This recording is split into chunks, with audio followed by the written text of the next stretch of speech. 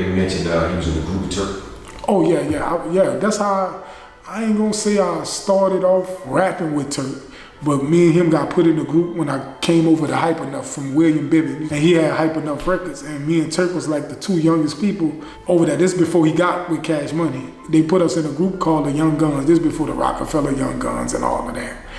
And that's why me and him just was so click-clack hanging together. We went to school together. We hung together. You know, I told you I used to get my hair cut by Turk House, and his brother Travis, he like really up under us. He went to Cohen, and you know, Turk came to Fauché. Even when Turk had a fight at school and shit, so I used to help too. Or either, you know, he'll help me. Like that was really my man's.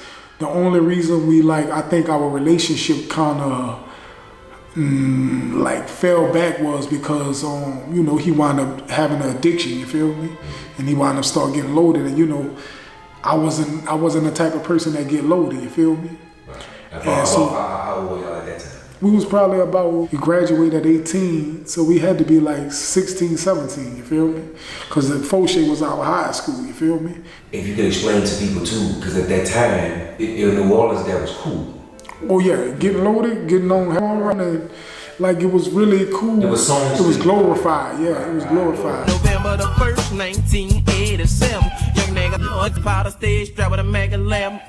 That powder had me spook watching my back.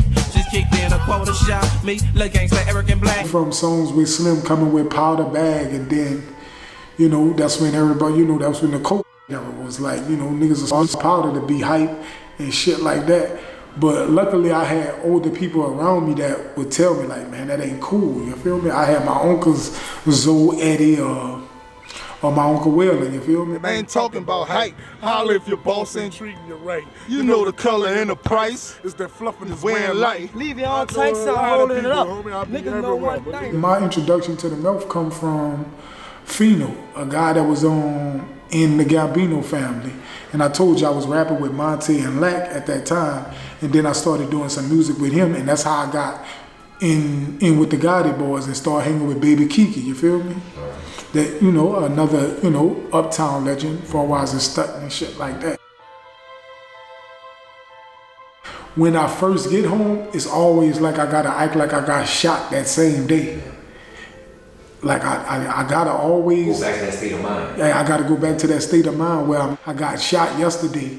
So I'm basically right back with my tool or whatever, and I'm roaming again, and I know I can't slip. Like even with Katrina, some people be like, Katrina was devastating to them. I understand that. But for me, Katrina was a blessing.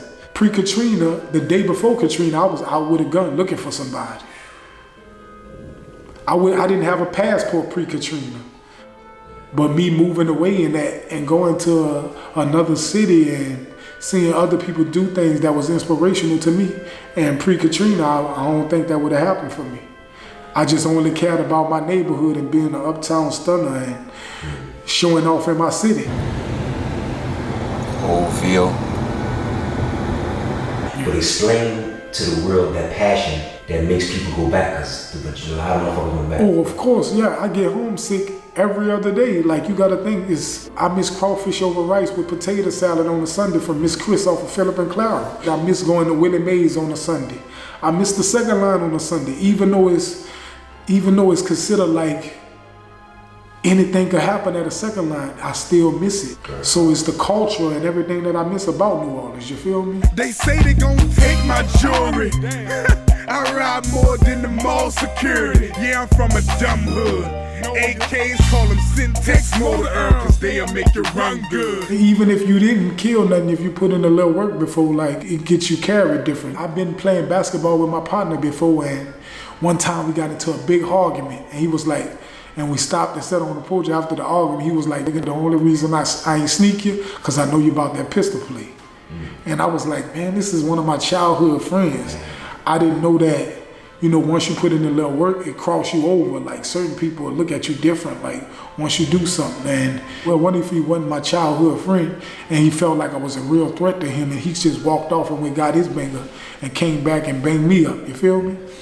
And we actually had that conversation after that. I was like, man, I would never hit you with no steel. You feel me? I would never do you that. We would have fought and went home and it would have been over. We would have been right back outside. But him thinking I moved over to that lane after I got hit up or whatever. Niggas thinking I'm just like, you feel me, I'm in that mode now, when it's really not like that.